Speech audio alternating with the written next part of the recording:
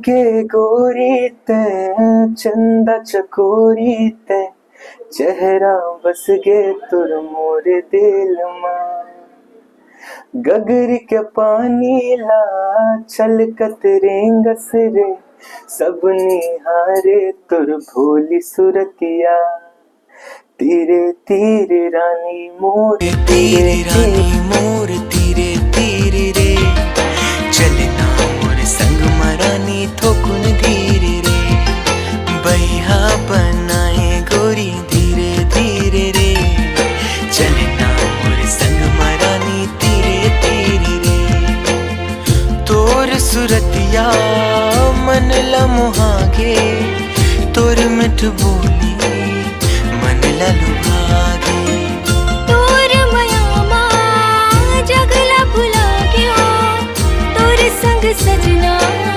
सपना सजा दे तेरे।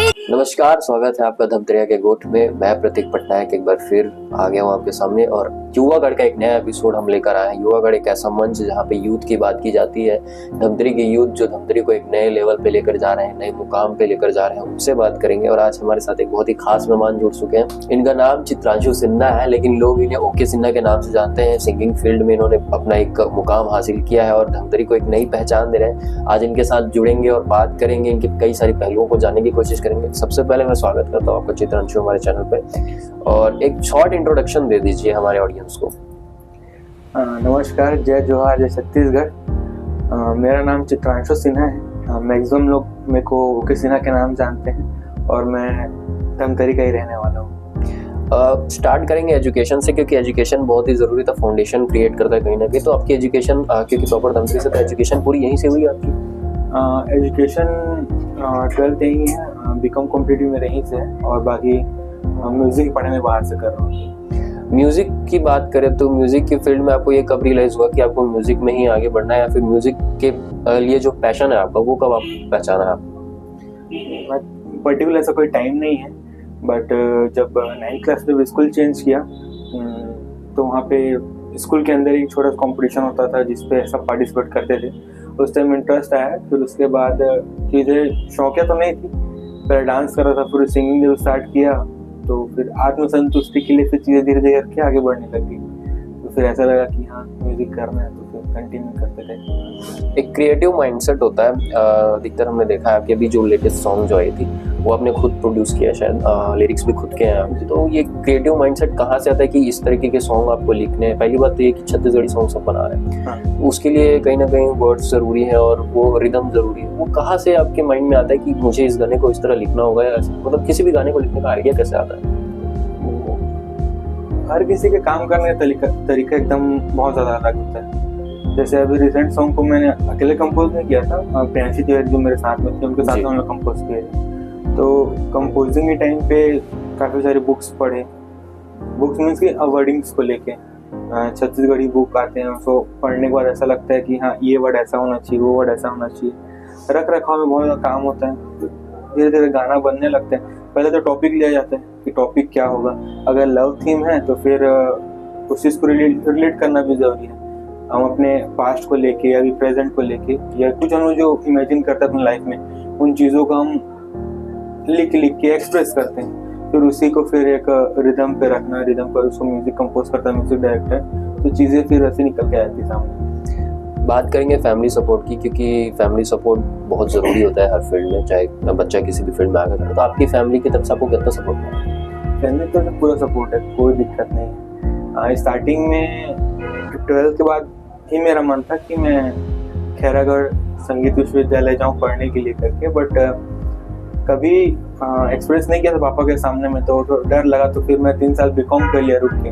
फिर उसके बाद जब कोरोना में तो कोई अपॉर्चुनिटी थी नहीं, फिर सब हिम्मत कर पापा को बोला, तो मम्मी पापा को समझाई, फिर चीज़ें इजीली हो गई। ये नाम जिसका जिक्र होता है, जिससे आपकी पहचान है ओके सिन्हा, ये कैसे मिला? इसके पीछे की स्टोरी क्या है? ओके सिन्हा एक्चुअल में जब मैं 9th क्लास में था मैं, तो उस टाइम मैंने अपना यूट्यूब चैनल स्टार्ट किया था। तो अब उस टाइम मैच्योरनेस उतनी नहीं होती है, लेकिन फिर भी माहौल देखना, वो चीज़ें समझना, तो फिर मैंने एक मम्मी के लिए एक सॉन्ग डेडिकेट करता यूट्यूब में डाल दिया था। तो उस सॉन्ग को मैं सोचा कि अब इसमें नाम क्या लिखूं मेरा। चित्रांशु के 10 अक्षर का ऐसा नाम है कि लोग प्रोनाउंशिएट करते टाइम में सोचने पड़ जाते हैं कि नाम कैसे लिया जाएगा। तो फिर मेरे को मेरी मम्मी ओमकार बोलती है घर पे, और कोई नहीं बोलता, और एक दो दोस्त हैं वो लोग बोलते हैं ओमकार करके। तो मेरे को लगा कि ओम का ओ ले लेता हूँ और कार का के ले लेता हूँ करके। तो फिर उसके बाद मम्मी को जब सजेस्ट किया तो मम्मी बोली कि हाँ तू रख ले ऐसा करके। तो उस टाइम फिर मैं यूट्यूब चैनल का नाम रखा था ओके रॉक्स ऐसा करके। फिर उसके बाद 10th में था ओके ऑन द फ्लोर रखा। फिर उसके बाद लगा कि जो भी हूँ मम्मी पापा को जैसे तो सरनेम नहीं छोड़ना चाहिए करके फिर मैं ओके सिन्हा कर दिया उसको। सो ये नाम बहुत पॉपुलर हो गया उस टाइम के बाद से लेके अभी। धमतरी की बात करें, बाहर की बात करें, ओके सिन्हा के नाम से ही जाते हैं। और शायद बहुत कम ऐसे लोग हैं, मतलब आपके फ्रेंड सर्कल या फिर फैमिली, ये आपके रियल नाम को पता होगा। हाँ, स्कूल फ्रेंड्स लोग जानते चित्रांशु करके, और अभी कॉलेज में मेरा रूममेट मेरे को बस चित्रांशु बोलते हैं, बाकी सब ओके ही बोलते हैं मेरे को। जी, बात करेंगे आगे।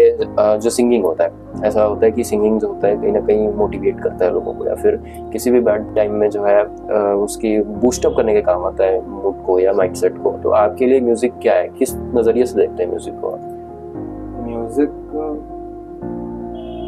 अलग अलग जनर के अकॉर्डिंग फील होता है वो चीज़। जैसे अगर मैं सैड हूँ या आप सैड हो तो ऑब्वियसली ऐसा सॉन्ग सुनोगे जिससे आप उस चीज़ से अपने आप को रिलैक्स फील कर सको। तो पर्टिकुलर टाइम पे हम अपने अपने मूड के अकॉर्डिंग म्यूज़िक को सुनते हैं।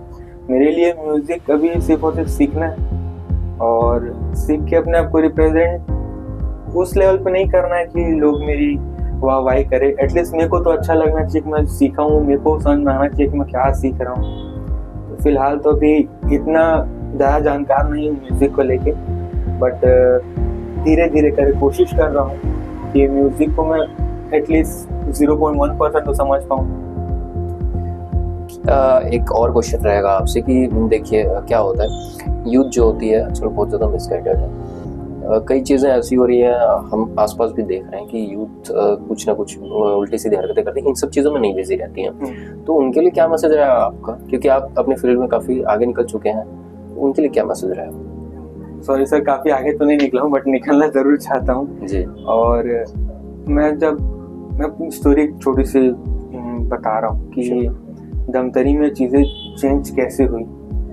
जब मैं लगभग 10-11 साल का था, तो यहाँ पे घड़ी चौक में आर्ट्री करके एकेडमी चलती थी। तो उस टाइम ऐसा क्रेज था डांस का, जी, क्या ही तो क्रेज था सिंगिंग का।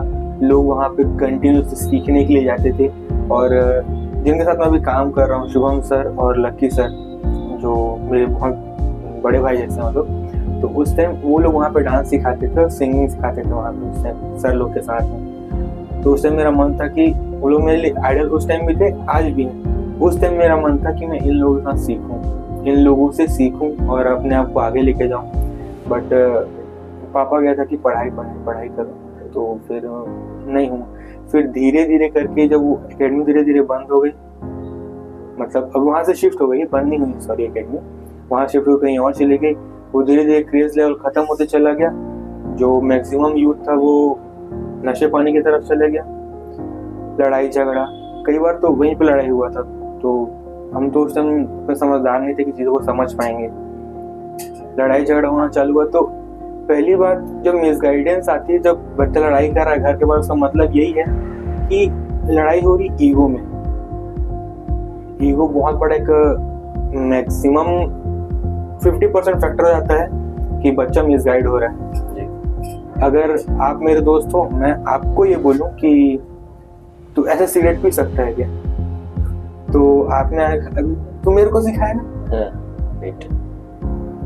फिर वो आपसे अच्छा करेगा। वो चीज़ें सही थोड़ी ना है। और जब वो बच्चा मिसगाइड हो रहा है तो माँ बाप को एक झलक तो मिलती है कि बच्चा मिसगाइड हो रहा है। उस टाइम अगर मैं मिसगाइड हो रहा हूँ तो वो मेरी जितनी जिम्मेदारी है कि मैं गलत हो रहा हूँ, उतनी जिम्मेदारी मेरे माँ बाप की भी है, उतनी जिम्मेदारी मेरे आस पड़ोस वालों की भी है। आस पड़ोस वाले जब बच्चे को बिगड़ता हुआ देख लेते हैं, लेकिन कभी घर में आके बताते नहीं कि आपका बच्चा ऐसे कर रहा था।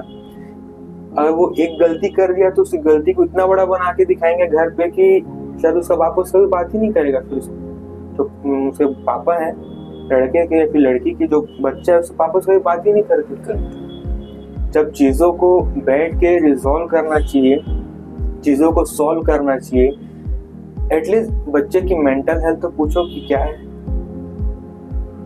अगर बच्चा फर्स्ट टाइम ड्रिंक किया है और घर में पता चल गया, अगर वो 10 बार ड्रिंक कर लिया उसके बाद घर में पता चल गया, तो एटलीस्ट बच्चे को अपने साथ में लेके चलो। अगर आप साथ में नहीं रह सकते तो आप उसके साथ में रहो। अगर ठीक है, बहुत सारी घर में सबको, हर किसी को काम है, बच्चे के ऊपर ध्यान नहीं दे सकते, तो एटलीस्ट उसको सही गलत तो उस टाइम भी आप बता सकते हो या उससे पहले ही बता सकते हो। मेरे को कभी ऐसा मन नहीं हुआ कि मैं सिगरेट कंज्यूम करूँ या अल्कोहल कंज्यूम करूँ, क्योंकि मतलब मन ही नहीं किया कभी। लेकिन मेरे पापा और मेरे बीच इन सब चीज़ को लेकर कभी भी ऐसा नहीं है कि हम लोग छुपा के बात करेंगे जी। हम, मेरे पापा मेरे को हर चीज़ बताते हैं कि क्या चीज़, ये चीज़ ऐसी होती है, वो चीज़ जस्ट फॉर जनरल नॉलेज और कुछ नहीं। वो जिम्मेदारी बच्चे की है कि वो चीज़ को कैसे लेता है, और जब वो इन चीज़ों को कंज्यूम करना स्टार्ट करता है तो उसको पता है कि ये गलत है, फिर भी कंज्यूम करता है, धीरे धीरे हैबिट हो जाती है। और उसके बाद जब वो नशे में है, घूम रहा है, किसी से एक टक्कर भी उसको लग गया ना, तो बात उसकी ईगो पे आएगी। ईगो पे आने के बाद वो नहीं सोचता कि उसके बाद क्या होगा क्या नहीं होगा, चीज़ें फिर बात छिड़ी है। तो यूथ की आजकल क्या होता है, यूथ जो होता है कई चीज़ों को लेके बैठ जाता है। जैसे ईगो की बात की आपने, तो वो एक चीज़ को पकड़ के बैठ जाएगा कि अब रिवेंज लेना ही है बस। दूसरी चीज़ ये आती है कि आजकल की जो जनरेशन है, हमारी जनरेशन की बात ना करें तो आजकल की जनरेशन जो 15-16 साल की जनरेशन है, उतनी समझदार हो जाती है कि उनको पता चलता है कि हम जो कर रहे हैं सही गलत कर रहे हैं। उसके बावजूद वो उस वे में जाती है। ऐसा क्यों होता है? वो सिर्फ और सिर्फ संगति का असर है, सिर्फ और सिर्फ संगति का असर है।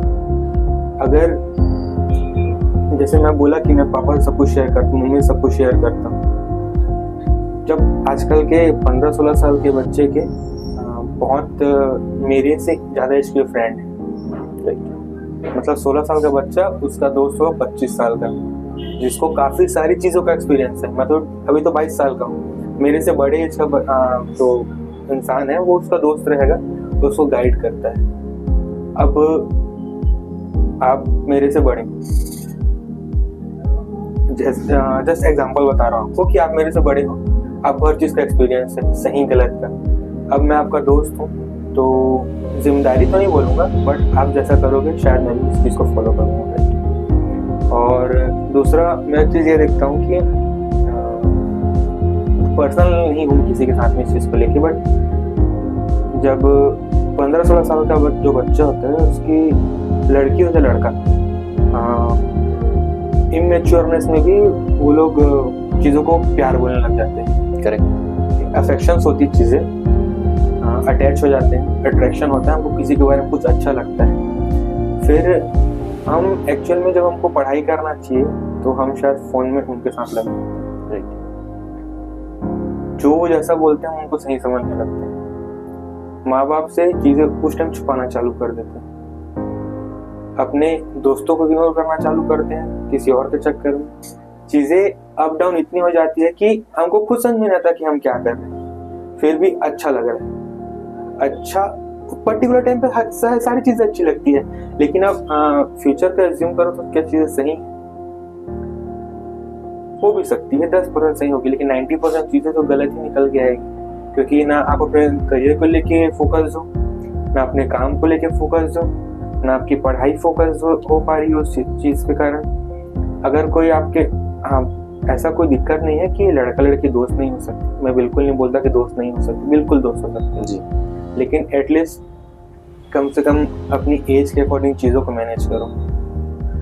ज़रूरी नहीं है कि आप, ठीक है, आपकी एज से ऊपर दोस्त है, आपकी एज से बड़ा आपका एक दोस्त है, बहुत सारे दोस्त हो सकते हैं, तो आप उनकी तरह एक्ट करने की कोशिश मत करो। लोग अच्छा वो भी तो ऐसा कर रहा है, मैं क्यों नहीं कर सकता। कई लोग अपने बड़े भाई से कंपेयर करते हैं कि वो ऐसा कर रहा है, मैं क्यों नहीं कर सकता। ज़रूरत नहीं, टाइम आएगा, हर किसी को हर चीज़ समझ में आती है। आप ज़रूरत ज़्यादा मैच्योर बनने की कोशिश करोगे तो चीज़ें गड़बड़ा ही जाएगी। कमिंग बैक टू सिंगिंग जो होता है उसमें काफ़ी कहना चाहिए काफ़ी टर्म्स होते हैं, टर्मिनोलॉजीज होती हैं, बहुत ज़्यादा स्किल्स की। वैसे कई ऐसे सिंगर्स निकले हैं जो प्रॉपर एक सिंगिंग का कहना चाहिए अध्ययन नहीं किया या फिर कहना चाहिए एजुकेशन मिले हैं, जैसे आप खैरागढ़ से अभी एजुकेशन ले रहे हैं, राइट? तो ऐसे कई ऐसे लोग हैं जो अभी देख रहे हैं और कहीं ना कहीं उनके मन में भी होगा कि हाँ सिंगिंग के फील्ड में हमको जाना है, तो कहाँ से स्टार्ट कर सकते हैं वो?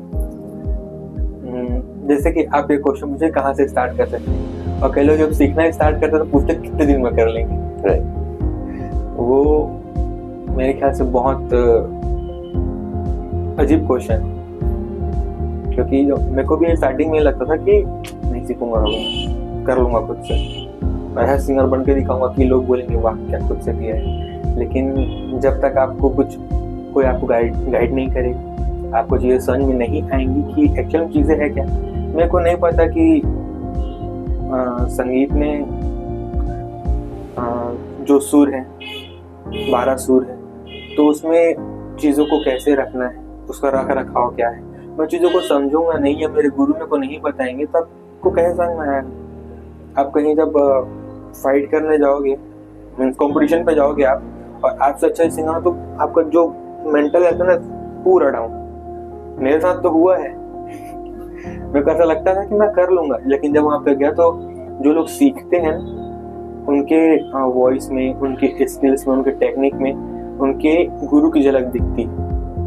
तो चीज़ें हम कभी नेगलेक्ट नहीं कर सकते, क्योंकि सीखना बहुत ज़रूरी है और इसमें कोई टाइम वाली बात नहीं है। आप लाइफ टाइम सीखोगे तो लाइफ टाइम भी बहुत कम है, क्योंकि जितने भी बड़े बड़े जो गुरु जी लोग हैं वो लोग आज भी ये बोलते हैं कि हम शायद 1% भी समुद्र से 1 लोटा पानी भी नहीं निकाल पाए हैं, ऐसा उनका कहना है। जो बॉलीवुड के सिंगर्स ले लो या फिर आप इंडियन क्लासिकल, जो प्योर इंडियन क्लासिकल सिंगर्स हैं, जितने उस्ताद लोग हैं, उनका भी यही कहना है कि हम लोग समुद्र में से 1 लोटा पानी तक नहीं निकाल पाए। तो जब कोई ऐसा, मैं भी ऐसे पूछता था कि जब स्टार्ट हुआ तो सर मेरे को कितना टाइम लग जाएगा। हम जब कोई नए माहौल जाते तो हम अपने आप को सुपीरियर दिखाने के लिए अपने ही टीचर से ऐसे बिहेव करते हैं कि सर ये चीज़ें ऐसे हो सकती है क्या। तो मैं भी क्वेश्चन किया था, तो सर मेरे को बोले कि होशियार बनने की ज़रूरत नहीं, टाइम आएगा, क्योंकि गुरु जी लोग भी कहीं से सीख के आ रहे हैं, वो भी अपने गुरु का आदर कर रहे हैं, सम्मान कर रहे हैं, तो शायद आज उनको इतना सीखने को मिला है। आप अगर उन्हीं को नीचे दिखाने जाओगे तो खत्म हो जाएंगी चीजें। सिंगिंग फील्ड में बहुत सारे अपने जॉनर्स की बात की, अलग अलग क्लासिकल्स, वो एक और आता है पर्टिकुलर जिसको हिप हॉप बोलते हैं, रैप बोलते हैं। रैप एक टाइम होता था, मैं पर्टिकुलर किसी सिंगर का नाम नहीं लूंगा, लेकिन एक टाइम होता था वो एरा पे रूल करता था वो, जो 2008 की जनरेशन उसके आसपास की बात है, समझ गए होंगे आप। उसके रैपिंग में जो है, उसके प्रेजेंटेशन में जो है, बहुत हद तक म्यूजिक का अलग अलग कॉम्बिनेशन दिखता था और काफ़ी वर्ड्स में जो सेंसेस होते थे। आज के डेट में जितने निकल के आ रहे हैं, आज के डेट में नो डाउट बहुत सारे अच्छे रैपर्स हैं, लेकिन कहीं ना कहीं जो यूथ है, फिर से कमिंग टू द यूथ, वो क्या करती है कि रैप में जो है कस वर्ड्स का इस्तेमाल करके, अब्यूसिव लैंग्वेज का इस्तेमाल करके उससे कूल बनने का कोशिश करती है। ये ऐसा क्यों हो रहा है कि उस टाइम के रैप में और उस टाइम के हिप हॉप में और आज के हिप हॉप में इतना डिफरेंस है? एक्चुअल में रैपिंग का बहुत सारा जनर होता है। जैसे हम लोग म्यूजिक है, जैसे हम लोग इंडियन क्लासिकल वाले हैं, तो मतलब अभी तो सीख रहा हूँ, वैसे बोल नहीं सकता मैं इंडियन क्लासिकल वाला हूँ ऐसा करके, बट हमारे में भी बहुत सारे जनर हैं कि एक तो प्योर क्लासिकल होता है, एक लाइट म्यूजिक है, आप बॉलीवुड गा रहे हो या अपने से कुछ, आजकल तो लो फाई चल रहा है, तो हर अलग अलग फ्लेवर है। उसी टाइप जो रैपिंग है, वैसे सबका अपना अपना पॉइंट्स होता है। मैं किसी को टारगेट नहीं कर सकता, किसी को बोल नहीं सकता, कोई हर्ट हो गया तो मेरे पे चढ़ जाएंगे। तो एक्चुअल में रैपिंग जो उस टाइम वो कमर्शियल है, कमर्शियल रैप, कमर्शियल चीज़ें वो होती है ना कि जिससे आप पैसा कमाते हैं, वैसे ही रैपिंग कमर्शियल है। और हिप हॉप रैपिंग वो होती है जिसमें आप अपने आसपास की चीज़ें, आपके साथ क्या हुआ है, अपने बारे में सच, अपने आस पड़ोस के बारे में सच बताओगे, अपनी जगह के बारे में सच बताओगे। और जहाँ तक ये बात है कि कूल बनना वहाँ पे, या स्मोक करना, वीड लेना, ये चीज़ें, कुछ सेक्सुअल चीज़ें दिखा देना वीडियो में, तो वहाँ पे वो रैप हिप हॉप नहीं रह जाता फिर, मेरे पॉइंट ऑफ व्यू से। मैं किसी को, सॉरी अगर मेरी बात गलत लग रही होगी तो, मेरे पॉइंट से कि शायद उस टाइम वो फिर वहाँ पे चीज़ें कमर्शियल हो जाती है, क्योंकि आप सच तो दिखा रहे हो लेकिन सच के साथ कुछ चीज़ें आप बना के भी दिखाते हो, क्योंकि हिप और हॉप का मतलब ये होता है कि सच के लिए मूवमेंट करना। तो शायद पॉइंट्स उस हिसाब से रखो अपने गाने में कि लोग आपसे रिलेट करके मोटिवेट हो सके, और वो सिर्फ उस रैपर की और उस सिंगर की जिम्मेदारी है कि आप यूथ को कौन सी राह दिखाना चाहते हो। अगर आप वीडियो स्मोक करोगे, आप अल्कोहल कंज्यूम करोगे, तो शायद यूथ भी उसी तरफ जाएगी। और जहाँ तक आप जो सर की बात कर रहे थे, तो उनके ऐसा म्यूजिक शायद कमर्शियल रैपिंग में या फिर उनके को म्यूजिक शायद कोई नहीं बना सकता। बहुत ही नया फ्लेवर लेके आए थे इंडिया उस टाइम पे शायद। वो उस टाइम भी उस टाइप का उनका काम था, आज भी उनका काम वैसा ही है, बस लोगों का टेस्ट बदला है। उनका काम नहीं बदला, लोगों का टेस्ट बदला है। पहले कवर सॉन्ग, बीच में हिंदी सॉन्ग में इतने कवर सॉन्ग बनते थे कि लोग उसी को सुनते थे, ओरिजिनल छोड़ के उसी को सुनते थे। लेकिन वापस अब फिर से लोग ओरिजिनल को पसंद करते हैं। पहले सीडी कवर सॉन्ग नहीं बनते थे, अब बनते हैं, हम लोग बनाते हैं। तो लोगों को शायद अच्छा लगता है। अब कल के डेट पे शायद ये चीज़ें लोगों को पसंद नहीं आएंगी, तो हम तो शायद वही काम नहीं करेंगे, हम शायद लोगों के अकॉर्डिंग काम करेंगे। और वो पूरा ट्राई कर रहे हैं कि वो फिर से रूल कर सकें, और शायद वो उस पर काफ़ी, जब उनका ट्रैक आते हैं तो बहुत ज़्यादा सक्सेस हो भी जाते हैं हर चीज़ों को लेके। तो ऐसा उनको बोल नहीं सकते कि वो ऐसे कम हुए हैं, ज़्यादा हुए हैं। और जहाँ तक के सिंगर्स या रैपर्स बात है जो अपने ऊपर बैठने हैं, वो लोग 100% में से 110% काम करते होंगे। वो लोग अपने कैपेसिटी, एबिलिटीज के अकॉर्डिंग वो लोग उससे कई ज़्यादा अपने को पुश करते हैं। हम लोग भी वही करते हैं कि तभी तो वो लोग उस मुकाम पे बैठे हैं ना, तभी तो हम लोग भी चाहते हैं कि हम उस मुकाम पे जाएं। अब मैं जो लेवल पे काम कर रहा हूँ, मान लो मेरी वीडियो 1080p पे बनी है, तो मैं नेक्स्ट वीडियो भी चाहूँगा कि 1080p पे बने। मैं नहीं चाहूँगा कि उसका कम हो जाए, या तो मैं ये चाहूँगा कि वो 4K में बन जाए। मीन्स कि मैं अपना जो लेवल है उसको नीचे नहीं लाना चाहता, हमेशा ऊपर रखना चाहता हूँ, ताकि लोगों का रिस्पॉन्स मेरे लिए या तो क्या बोलते उसको कांस्टेंट रहे, या फिर वो उससे ऊपर चले जाए। अगर डाउनफॉल आएगा तो शायद, डाउनफॉल तो आया है वैसे, तो चीज़ें भी हम लोग फेस कर रहे हैं, लेकिन सुन काम करेंगे और चीज़ें ऊपर ले आने की कोशिश करेंगे। डाउनफॉल की बात हुई है तो काफ़ी लाइफ में ऐसे फेसेस आते हैं जहाँ पे आप डिमोटिवेटेड फील करते हैं, और उस पॉइंट पर लगता है कि अब शायद यहाँ से चीज़ें मुश्किल हो जाएंगी, या फिर कभी कभी ऐसा भी पॉइंट आता है जहाँ पे आप गिव अप करने की सोचते हैं। उस चीज़ को हैंडल कैसे करना है? सिंगर्स के लिए, रैपर्स के लिए, जो भी डांसर्स है, जो भी आर्टिस्ट है, उनके लिए सबसे बड़ा पॉइंट है पैसा। क्योंकि आर्टिस्ट की तारीफ हर कोई करता है, कोई नया आर्टिस्ट उसकी तारीफ हर कोई करेगा, लेकिन जब तक पैसे नहीं है तो शायद चीज़ें मैनेज नहीं होती, बिल्कुल मैनेज नहीं हो सकती। तो मैं अपनी एक लाइफ जर्नी बता रहा हूँ आप लोग को कि जब मैं 12th में था तो हम लोगों ने शोज करना स्टार्ट कर दिया। मेरे टीचर थे, उनके साथ मैं गाना गाने जाता था। फिर धीरे धीरे जब मैं फर्स्ट ईयर में आया तो फिर मैं स्कूल में जॉब करने लग गया। फिर स्कूल में थोड़ा दिन जॉब किया, फिर उसके बाद मैं जिम में एज ए जुम्बा ट्रेनर काम करने लग गया, क्योंकि डांस आता था तो जुम्बा हम लोग कराते। फिर जुम्बा ट्रेनर करते करते फिर मैं एक बहुत गंदे स्कैम में फंस गया था, जैसा अब BMW वाले स्कैम में फंस गया मैं। फिर उसके बाद मैं झांसी चले गया था उस चीज़ के लिए। अब उसके बाद मेरे मामा जी मेरे को बहुत समझाया, मेरे को वापस लेके आए। तो उस टाइम मेरा माइंड सेट इतना ब्रेन वॉश था मेरा कि मैं अपनी फैमिली के खिलाफ चले गया था। तो फिर मामा जी ने फिर समझा, फिर मैं सेकेंड ईयर में फिर से अपना जर्नी स्टार्ट किया। फिर मैं धमतरी को छोड़ के धमतरी से जितने बाहर सिटीज हैं वहाँ पे संगीत कोरियोग्राफी करना स्टार्ट कर दिया। कंटिन्यू ट्रैवल कर रहा था। फिर मैं वापस आया, फिर जिम में कुछ महीने जॉब किया। फिर उसके बाद एक कैफ़े में मैनेजर के पोस्ट में जॉब कर रहा था मैं। फिर उसको छोड़ने के बाद मैं फिर 1-2 अकेडमीज में ट्राई कर रहा था। फिर 3rd ईयर जब आया तो फिर मतलब 2nd ईयर तो कोरोना आ गया था हम लोग के में। फिर उसके बाद धीरे धीरे काम कर रहा है, उठा पटक हो रही है कि हम चीज़ें अच्छी करने की कोशिश कर रहे हैं अपनी लाइफ में। फिर हम लोग, हमारी टीम बनी, हम चीज़ें आगे बढ़ी।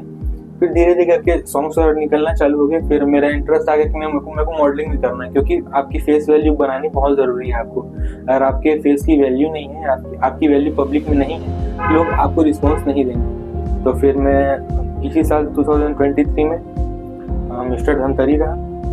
फिर मिस्टर एम्बेसडर बना छत्तीसगढ़ लेवल पे जाके मॉडलिंग फील्ड में। फिर उसके बाद में जब मेरे को लगा कि हाँ ठीक है, इतना मेरे लिए काफ़ी है, अभी के लिए इतना काफ़ी है कि मैं अपने आप को रिप्रेजेंट कर सकूं कोई बैनर पे काम करने के लिए या किसी के साथ कोलैब करने के लिए। फिर धीरे से मैं वापस म्यूज़िक फील्ड में जंप किया और अभी सिर्फ और सिर्फ कंटिन्यू सोच रहा हूँ कि प्रैक्टिस करूँ और चीज़ें अच्छी करते जाऊँ अपने साथ में। आखिरी के 2 क्वेश्चन रहेंगे आपसे कि पहली चीज़ ये कि आपका एम क्या है? फाइनल कुछ एम होता है किसी का, बस आपका एम क्या है? अभी एम सिर्फ और सिर्फ इतना है कि म्यूज़िक को सीखूं और सही तरीके से सीखूं। बाकी टेक्निकलिटीज़ पे मैं अकेले काम नहीं कर सकता, पूरी टीम काम करेगी। तो मेरे लिए सबसे बड़ा प्लस पॉइंट यही है कि मेरे साथ में मेरे सीनियर्स हैं, मेरे बड़े भाई जैसे शुभम सर हैं और लकी सर हैं और शैलेश भी हैं, और फिर मम्मी पापा तो हैं। तो फिर चीज़ें उतनी टफ नहीं है। पहले बस सीख जाऊँ मैं म्यूज़िक, सीख जाऊँ संगीत क्या होता है, फिर उसके बाद एम तो डिसाइड करते रहूँगा। एक सॉन्ग थोड़ी देर पहले हम लोग डिस्कस कर रहे थे आपका ओरिजिनल जो है धीरे धीरे शायद, राइट? तो इसकी क्या स्टोरी है? मतलब अधिकतर हमने देखा, मतलब कन्वर्सेशन में बात हुई थी कि आपने सारी चीज़ें खुद ही की हैं और एक सिंगर है जो कि आपके साथ एक्टर्स भी हैं। ये क्या जर्नी रही है इस सॉन्ग की, और क्योंकि आउट हो चुका है तो इसके बारे में थोड़ा सा बताएं। वो सॉन्ग एक्चुअल में जो सिंगर है वो मेरी सीनियर है कॉलेज में। तो हम लोग ऐसे बैठे थे तो वो एक लाइन लिखे हुए थे। फिर मैं बोला इस पर काम करते हैं। फिर काम करते करते वो बोले कि ठीक है, सॉन्ग बन गया। अचानक से हम लोग उसको कुछ और मूड में कंपोज किए थे। स्टूडियो जाने के बाद वो कुछ और कंपोज हुआ और कंपोजिशन के बाद हम लोगों ने उसको गाया। गाने के बाद हमारे पास सॉन्ग आया एक महीने बाद। फिर खैरागढ़ में ही बनी स्टूडियो करके एक सर है, उन्होंने उसको वो सामने से बोले कि हम उसको शूट करते हैं। ओके, तो मैं बोला ठीक है भैया करते हैं। फिर वो शूट किए। शूटिंग में था कि उनका फर्स्ट टाइम था, प्रियांशी का फर्स्ट टाइम था कि वो कैमरा फेस ले रहे थे उसको। उनका सिंगिंग बहुत अच्छा है, वो बहुत सारे और म्यूजिक एल्बम्स में गा चुकी है। और मेरा उनको मैनेज करने के चक्कर में कई बार मेरा डाउन हो जा रहा था एक्सप्रेशन, ये चीज़ें बहुत अप डाउन हो रही थी। लेकिन हम लोग हफ्ते भर शूट करके उसको प्रॉपर आउट किए। तो जो जिस चैनल पर डाला, जो यहाँ पार्टनर है सागर कौशिक भैया, तो वो मेरे को बोले, मैं एक्सपेक्ट नहीं किया था कि तू इतना अच्छा काम कर लेगा इसमें ऐसे करके। तो फिर वो चीज़ें धीरे से आउट हो गई और काफ़ी लोगों को पसंद आया वो चीज़। बस थोड़ा सा भी उसको बूस्टअप होने की ज़रूरत है। फिर चीज़ें डेफिनेटली बेशक हम बिल्कुल लिंक डालेंगे और हर किसी को जाकर देखना है ये सॉन्ग, क्योंकि जाहिर सी बात है छत्तीसगढ़ी सॉन्ग है, ओरिजिनल सॉन्ग है इनका बंदा, और म्यूजिक लिरिक्स वगैरह आपने मिलकर बनाया, थोड़ा बहुत उनका पार्टनरशिप होता। बाकी बहुत ही अच्छा सॉन्ग लगा, हमने सुना तो। और हम आप सबसे अपील करेंगे कि बिल्कुल इस वीडियो के बाद जाइए और हमारे जो टैलेंटेड सिंगर्स हैं, हमारे जो टैलेंटेड आर्टिस्ट हैं, जो धमतरी का नाम रिप्रेजेंट कर रहा है, इनको जाके जो है प्रमोट कीजिए और सपोर्ट कीजिए बिल्कुल। आखिरी यूथ के लिए मैसेज क्या रहेगा? आखिर में जो चीज़ें उस टाइम क्रेज थी, आज से 5, 6 साल, 10 साल, 8-10 साल पहले, तो मैं ये नहीं चाहता वो क्रेज वापस आए तो बहुत अच्छी बात है, कोई दिक्कत नहीं है। लोग अपने आप को उस चीज़ में रखेंगे, आर्ट की तरफ जाएंगे। लेकिन जो लोग एक्चुअल में आर्ट करना चाहते हैं, पैशनेट है उन चीज़ों को लेके, तो मैं बहुत बार बोल चुका हूँ पहले भी स्टेज में परफॉर्म करते हुए कि आप हमसे कांटेक्ट करिए। हम लोग ये नहीं बोलते कि आपको स्टार बना देंगे, लेकिन एटलीस्ट न हम आपको यूज़ भी नहीं करना चाहते, आपका टैलेंट यूज़ नहीं करना चाहते, लेकिन एटलीस्ट हम आपको ये तो बता सकते हैं कि हम जिस तरीके से स्टार्ट किए, शायद वो मेरे को अपना स्टार्ट बहुत बेस्ट लगता है, क्योंकि जिस तरीके से हम लोगों ने स्टार्ट किया शायद वैसी टीम हर कहीं पे होनी चाहिए। मैं कभी भी कोई फ़ोन करके बोलेगा तो मेरे को कोई झिझक नहीं है। 2 दिन पहले मेरे पास एक लड़का फ़ोन करके बोलता है कि भैया मैं सॉन्ग शूट कर रहा हूँ, धमतरी से ही हूँ, मेरे को एक फीमेल मॉडल चाहिए। तो जो मेरे कॉन्टैक्ट लिस्ट में थे तो मैंने उनको इंट्रोड्यूस करा है। मेरे को कोई दिक्कत नहीं है, मैं किसी का काम नहीं रोकना चाहता, लेकिन प्लीज़ अगर आप लोग काम करना चाहते हैं, हम तो आपके साथ काम करना चाहते हैं, तो प्लीज़ हमसे आके जुड़िए। और अगर हम जुड़ेंगे तो शायद हमारा काम और अच्छा हो जाएगा और एक गाइडेंस भी मिल जाएगा जो नए आर्टिस्ट इस फील्ड में आ रहे हैं, और धमतरी को एक नया चेहरा मिलेगा। गाइडेंस वाली बात है तो फिर क्योंकि उनका एक्सपीरियंस अलग है, वो भी तो कुछ ना कुछ करते हुए आ रहे हैं, तो शायद हमारे लिए भी बेहतर होगा, क्योंकि छोटा बड़ा आर्टिस्ट की बात तो है नहीं यहाँ पे, तो सब साथ मिलकर काम करेंगे तो अच्छा होगा। चेक फरमाइश आ रही है स्टूडियो से, नया सॉन्ग जो आया है हमने तो सुन लिया, काफी अच्छा लगा। थोड़ा सा झलक अगर दे दे ऑडियंस को तो हो सकता है दूसरे इस लिंक के थ्रू जाएं और पूरा सॉन्ग सुने। गांव के गोरी ते चंदा चकोरी ते चेहरा बस गे तुर मोरे दिल मां, गगरी के पानी ला छलकत रेंगस रे सब निहारे तुर भोली सुरतिया, तीरे तीरे रानी मोर तीरे तीरे रे, चलना मोर संग मरानी थोकुन धीरे रे। बहुत शुक्रिया आपका, बहुत ही अच्छा सॉन्ग है। और जब आप एक्चुअल में इतना अच्छा गा रहे हैं तो फिर म्यूजिक कंपोजिशंस के साथ में वाकई खूबसूरत सॉन्ग है वो। मैं फिर से एक बार कहूँगा कि जाके बिल्कुल वॉच आउट कीजिएगा, बहुत ही खूबसूरत सॉन्ग है। धमतरी के कहना चाहिए धमतरी के जो टैलेंटेड आर्टिस्ट हैं उन्होंने लेकर आया, रिप्रेजेंट किया धमतरी को, तो जाके बिल्कुल वॉच कीजिए। और फिर से एक बार बहुत शुक्रिया आपका हमको समय देने के लिए। फिर एक बार नए आर्टिस्ट के साथ आएंगे आप, तब तक के लिए धन्यवाद।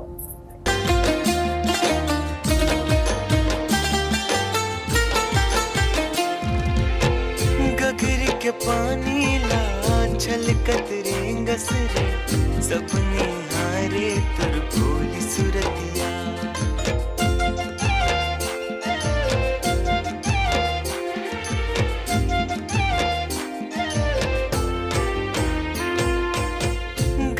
के पानी ला छलकत रेंगस रे सपने हारे तुर भोली सुरतिया, गाँव की गोरी में चंदा चकोरी में रही जाऊं राजा में तोरी दिल मां, गाँव के गोरी ते चंदा चकोरी ते